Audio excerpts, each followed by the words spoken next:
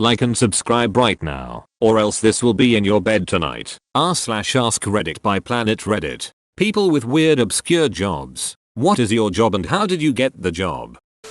I work in a lab where I raise moths. I got it by telling my lab partner that I love bugs and he hooked me up. Is it good pay? It's $10 an hour, but it's really good experience on my resume. Hope they don't mothball the company.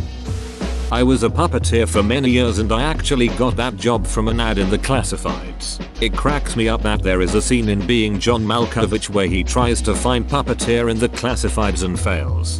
I can't believe it. I remember that movie because at the time I was trying to become a cartoonist or animator and there was no way I was finding anything like that in the classifieds. You actually succeeded. I used to be the assistant to the feline ambassador for an art museum. I was an assistant to a cat puppet. They had so many terrible puppeteers because they were hiring acting students from a local college. They wanted to be the show. No, the puppet is the show. You're just there to carry them around. The puppeteer should be almost invisible. I'm a house manager for a family of 4. Basically I'm a female butler. I've worked for them for 14 years starting as the kids' nanny. They're my second family pretty much. I organize tradespeople, holidays, birthdays, daily meals, dinner parties, housekeeping. The list goes on. It's challenging at times but keeps me on my toes and I enjoy that. Do you manage staff or is it a one-woman army job? Pretty much a one-woman army. Our housekeepers recently left. One retired and the second resigned to spend more time with her family, so I've taken on their roles now as well. Long days but I love it. I basically organize their lives. They all call me head boss BCH haha. I hope you got a pay increase now that you're doing 2 other people's jobs as well. If not, you should ask for it. You definitely deserve it. I don't know if this is obscure, but my boyfriend is a high-rise window cleaner. There are only 4 in our city. He loves his job. Sometimes when he is working, I will go to the city to the building he is cleaning and look up at him on the street. So cute. Edit. Only 4 high-rise window cleaners. We live in a small Canadian city. Also fun fact. One day I was in the city and he was on his lunch break. So he took me on the roof of the tallest building and upped me doggy style looking over the city. That's sweet. I hope sometimes you can notice each other and wave. Or he's using both of his hands. Now he's coming down to see me. I'm glad I'm not the only one that goes to my BF's job and is all like, look at this man doing his job. Look how cute he is. I'm a hostage survival trainer. I was working in international development within IT and was asked to go and sort out the finance system in Iraq back in 2007. The ministry I was working in got attacked by a militia and myself along with my 4 guards got captured. Over time the guards were killed and I got released in an exchange deal after being held for over 2.5 years. I didn't ask me anything about it some years ago. I was moved around every couple of months. One time they took me outside, knelt me down, put a gun to my head and pulls the trigger. At the same time they fired another gun off behind my back. I thought I was dead. Holy shit, this is cruel. Mock executions, what this was, are considered a form of torture that's banned by the Geneva Conventions, I believe. Yes, the first thing torturers do is consult the Book of Geneva Conventions and see if what they're about to do is allowed there. Concrete petrographer. I just started this month. I studied geology in college and now my job is to look at concrete using petrographic methods I learned at school and conduct ASTM tests to determine quality of concrete. Very interesting work because concrete is engineered rock and there's a lot more to it than you think. Misread this as concrete photographer. Yours is much more interesting. I literally went over this comment like 3-4 times and didn't know until I saw your comment. You may think that your job will get you nowhere, but remember, you are paving the way for future generations of concrete photographers. You know when you're watching a sports program and you see the little pop graphic in the corner, i.e., a baseball player's stats, or an advertisement for Easy Mac, or stay tuned for Saved by the Bell at 9? Yep, that was me. I updated those graphics and uploaded them to Fox Sports. Since Fox Sports is a 24-hour channel, there's always one guy in the office 24 hours a day. Okay, that's super cool. Do you pre-create all the graphic? How much is done on the fly? I swear, there will be circumstances where a crazy situation happens, and then 10 seconds later there is some super relevant stat that comes up as a graphic. Solid shout out to Don't Dildos. Okay, wow, this is super interesting. I always wonder what behind the scenes things are like, but bummer that for the person doing it it's a bit repetitive and boring. Hope you are doing something more fun. Thanks for sharing. I cleaned grills for super rich people in Palm Beach, even got to clean Michael Jordan's at one point, and it was recommended to me from a friend who was in sobriety with me after I got clean. We talking grills as in barbecue, or the other type? Like $15,000 built into an outdoor kitchen grills. I lived in WPB for the same reasons as you. Are you still clean? My job's not weird. I'm a welder, but what I do isn't very common. I build Virginia-class submarines. Oh man. I have a book called The Yard about the Bath Iron Works and everything that goes into building naval vessels. So much work. Good on ya. It's an honest dollar. I used to work on a lavender farm. It's totally unrelated to my field of study and incredibly difficult in terms of manual labor. But man was it a beautiful place. I tended to the plants, took care of goats, and did processing for the herbs and honey. My grandparents are farmers and so I grew up with mediocre knowledge of field work and beekeeping, and when a friend's mom decided to start a business centered around lavender she asked me to help out for the summer. OMG, I have an anecdote about a lavender farm. Actually not really a lavender farm, but the ranch I grew up on had a lavender field that was cultivated for harvest. Pretty small scale at maybe around 100 large plants. My husband and I walked into the field to cut through it from a pasture to the road. We got around 10 feet in and then we heard T T T T T T T T T T T T T T T and we froze. Anyone who's encountered that sound recognizes it instantly and your blood just runs cold. Sure enough, a rattlesnake was coiled and staring at us under the closest lavender plant, a couple feet away at most from our bare ankles. Then we heard it again, only this time on the other side of the plant. Slowly looked down as we crept backwards towards the fence, and sure enough, there was not one, not two, but a rocking nest of rattlers under that plant. Then the sound spread. First that bush, then the ones on each side, and soon the entire field was a chorus of rattling. It sounded just like heavy rain. We got our backs to the wood fence and climbed up to the top slat, and crawled along the upper fence as high as we could get off the ground. Not sure how far it was, but maybe 75 feet. Edit. I meant to get it out the field, not 75 featuring high LOL. And the whole time this beautiful, soft field of lovely lavender flowers had come alive and was pulsing and swaying with hundreds and hundreds of rattlesnakes. Every bush was vibrating and home to its own nest of rattlers. I've experienced some sketchy shit out there with wild animals like mountain lions, boars, and snakes of all kinds. But that was by far the freakiest shit I've ever seen in the country, and it permanently made me a little nervous around lavender plants. This was just about 20 minutes from San Jose BTW, not some remote area deep in central CA. It's crazy how close you are to that kind of wildness when you're in one of the most populated urban areas in the country. My husband and I, along with our tour guide, encountered one rattlesnake while hiking in Joshua Tree. All of the day before I'd been following what another guide said about not stepping in the shadows of plants, and not pushing through brush where you can't see your feet. I was basically hopping around the desert to stay out of shadows. But this guide was like 70 years old and we could barely keep up. He would step anywhere and just barreled through brush. So I was feeling more comfortable than the day prior. Anyway, the encounter took place on a sunny rock, but there was a crevice which the snake came out of. Holy shit, that noise. I had no idea I'd hear it in my bones. Yes, that scared the ever-loving shit out of me, and I basically Spider-Man'd up this boulder next to us. I swear I scaled 10 feet of rock in 3 seconds. I could never have done it if someone asked me to. Also, my husband learned that I'd just leave him behind in a life or death situation. I'm a potter. Not sure if that fits the bill for weird. I used to be the manager for a museum art school, and began taking classes there years ago. Eventually transitioned into being a full-time potter and pottery teacher. You're a potter, Harry. Not the kind of pot people were hoping to work with when hearing your job title. Still, That's pretty interesting progression and job. I used to cut pictures of wee-wees and hottest off packaging of adult toys. All day every day. I got the job by being able to pass a drug test. The interview boss. Can you pass a drug test me? Yes boss. You sure? Because if you don't pass I won't hire you. Me. I understand boss, if I pay for your piss test and you fail I'll be mad. Me. I haven't smoked in like 3 months, don't worry. Did you keep all the cut off ding dongs to make sexy confetti? Brand new sentence.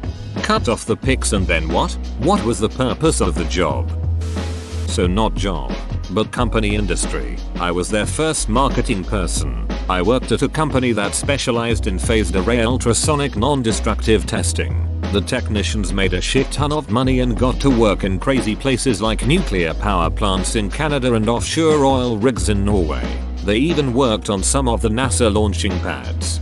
I do thermography and we hardly make any money. I spent a year on a team reclassifying the Duke University library system from Dewey Decimal to Library of Congress. Had to learn like 4 different alphabets just to label them properly. Edit. Holy mother. Didn't think anyone would care, but I can explain a couple of things. What are the alphabets? I'm behind Russian, Greek, maybe Korean? Cyrillic, Greek, Devanagari, Hindi, Sanskrit. I could already read a little Japanese. I was too intimidated by Hangul though. Chinese was a lost cause. I'm pretty sure they've still got some incorrectly placed books in that section. Diver. When I was 13 I started diving, and in the army I did it too. So I love my job now as an underwater worker. Ooh, you filthy scuba. I really envy you. Join our community Discord, link in description. I'm one of 2 employees at a pet crematory. Important job, but I imagine it's emotionally difficult. I would only imagine. I remember reading an article not long ago that revealed disturbing data about rates among vets and pet healthcare employees in general. The short story is, it's pretty damn high. I work in a veterinary hospital, not in emergency, which is a whole other can of worms. That's where the really sad stuff happens. I've honestly gotten kind of numb to euthanasia. It's just something we do. I know it sounds bad, but you just see it so often that you kind of stop having that strong emotional reaction people expect you to. The things that really upset me, and I'm sure most people in the industry, is suffering. Not necessarily death. An old cat being put down to let it pass peacefully instead of in pain. Fine. An owner that refused to euthanize their cat and watching it suffer and slowly deteriorate? A lot harder. A vet I worked with always said it's better to do it too early than too late. I guess what I'm trying to say is after a while the death doesn't really get to you. It's the abuse and neglect of the animals. I recently started working in a carrot factory. I stand at a conveyor belt as carrots roll past me and pick out all of the moldy ones. How did I end up in this job, you ask? I decided to do an arts degree and now have no career prospects. In all seriousness though, I work with a lot of migrant workers who work extremely hard doing a job they are accused of coming to this country and stealing. They are lovely people who take a lot of care while dealing with the food products, and they deserve all the respect in the world for continuing to work hard during the pandemic. I very nearly had the same job in a pineapple factory. I passed the interview and physical tests. Then they noticed I had kitchen experience and put me in the cafe instead. Then they learned I can't use an industrial coffee machine to save my life. So I got bumped over to the outlet store. I still met a lot of the process workers, many of whom were from the Philippines or Indonesia, and were lovely women. Very practical, too. Hell yeah, keep telling people how awesome your co-workers are. We need more of that these days. I used to do artificial insemination and embryo transfer on cattle. I got it by being drunk at a party. Coolest job I ever had. Nothing like having your arm up a cow's V. My granddad did it for 35 years. It always wins weirdest job conversations for me. My mum knew someone who had a job as a chicken sexer. Good money apparently. He appeared on a program on TV years ago. No idea what it was called. Before my time. Where you had to guess what job someone had from them miming it. TV was weird back then, I guess. Mine isn't necessarily weird, but how I fell into it was, around 10 years ago I was working in the IT industry. I decided to help my dad out one weekend sell hunting gear at a military expo, basically antique military gear and army disposal. One of the sellers had a vampire killing kit. Knowing very little about antiques at the time, I pulled out each piece, checking them over. The story checked out.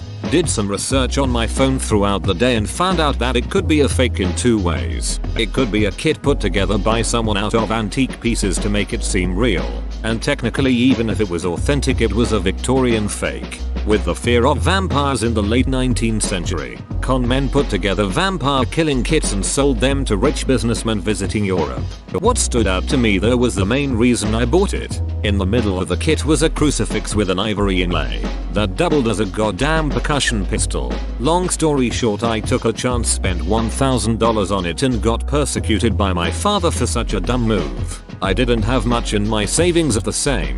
I took it to Ripley's, believe it or not, in Australia, and they flew someone out from the US to look at it, which was pretty exciting. Within 5 minutes of looking at it, they offered me a ridiculous sum of money for what I thought was a large investment to begin with. While in ways I do regret selling the kit, it allowed me to start a career in the antiques trade. 5 years later, I moved to the UK to study a degree, and now I specialize in rare obscure antiques that have allowed me to travel all around the world sourcing new weird objects. I'll answer for a friend of mine, former college roommate. He works for a company which makes coin and paper money sorting and counting machines. They pay him to stay home and be on call. He's a happy guy. I don't know how he got the job, but he's extremely mechanically inclined and pretty inventive. Though calculus tripped him up and he failed college. When he was in high school, he mounted a model rocket like a hood ornament on his car, controlled by a button on the dash. Push the button and it fires the rocket. Gets cut off in traffic. You've just messed with the wrong techie, buddy. Fires guided missile hood ornament. How many calls does he get a day? I visited for a week. He didn't get one call. We toured the city, and he worked with his hydroponic equipment in the basement. Not weird, but pretty rare. I'm a professional winemaker. How I got it? I have a university degree in winemaking, viticulture and enology from University of California, Davis. Worked many harvests. Now I run my own winery. It's my dream job and I made it happen. Were you under the legal drinking age when you were getting your degree? I'd imagine that'd be somewhat awkward. Yes, I was earning university credits making wine on campus. There were also department-sanctioned wine tastings in classrooms for underage students. When you handle things in a mature, higher education manner, nothing is awkward at all. Official court stenographer. I type everything everyone says in court. I was told about it in high school and thought it sounded cool, so I went for it. Took 5.5 years in college. But I'm nationally certified to type 260 WPM and regularly push above 300 WPM in court. This has always seemed like a really interesting career choice to me. What is the strangest or funniest statement you have ever had to transcribe? IDK about funny, but I work for a young, early 40s, female judge that looks younger than she is, and I once had an 80-plus-year-old call her sweetie on the record. I just turned to my judge and made big shocked eyes and could tell she was holding back a laugh, but she had to tell him off for calling her that as it's disrespectful. I make whiskey. Not super weird, but I'd say on the rarer side of jobs, and it took a shitload of time, luck, skill and perseverance to get where I am. I work as a handyman at a hotel. We do everything from maintenance to build mobile bars in funny shapes. We basically just do what the manager wants us to do. So we get funny projects like installing LED and 24/7 music into old broken jukebox machines. I was just lucky a former person quit, so I could take the position. In the summer I guard and clean the toilet units, not the toilets, for festivals. I got the job trying to find a cheap way to go to the big festivals, and this organization was looking for volunteers. So all I have to do is stand in front of the units, make sure the ground stays clean, everyone had toilet paper, and clear a block of units so the cleaning team can do their job. Another part of the job is making sure no one dies or passes out in such an unit. You can't imagine how many drunk, often naked, people we need to get out of these units and escort them to the first aid. Stagehand. At least I was pre-covered. But anyway, I set up everything from huge concerts and Broadway shows to small private events and interviews. It's a wonderful job and I love the people I work with. As a musician, thank you for your service. Thank you. I appreciate that. We are in service to the art. If you keep making music, we'll keep the lights on. I have a job tracking rodents in restaurants. I set up cameras, movement sensors, IR sensors and other gear, and get an idea of the problem and how to fix it. Here's a video of a couple of teenage girls checking out one of my cameras. Sometimes I'm in a hot roof area of a restaurant trying to get the super rats to back off and let me work. I use a Bluetooth speaker and Prodigy on full volume. Who knew rats don't like Prodigy? Despite that, I love my job and the pay is pretty good. I worked in a restaurant with a rat problem. A very popular, extremely busy restaurant with dozens of rats running around at any given moment. The location was a perfect storm of roof rats, garbage rats from the underground dumpsters, and ocean rats from being nearby a popular tourist beach spot. There were multiple traps under every booth, and they were triggered so often that every morning the openers would have to pull apart every booth and a pest guy would clear them all and reset. The smell of a dead rat is so unique. IDK what makes it different than other dead animals, but I could pick it out of a blind smell test. Water quality testing. I go around and collect samples for various testing to ensure the water meets the state standards. I got lucky and met someone who was volunteering at my previous job and she told me to apply. Was not the direction I saw my career going, but it was definitely worth it.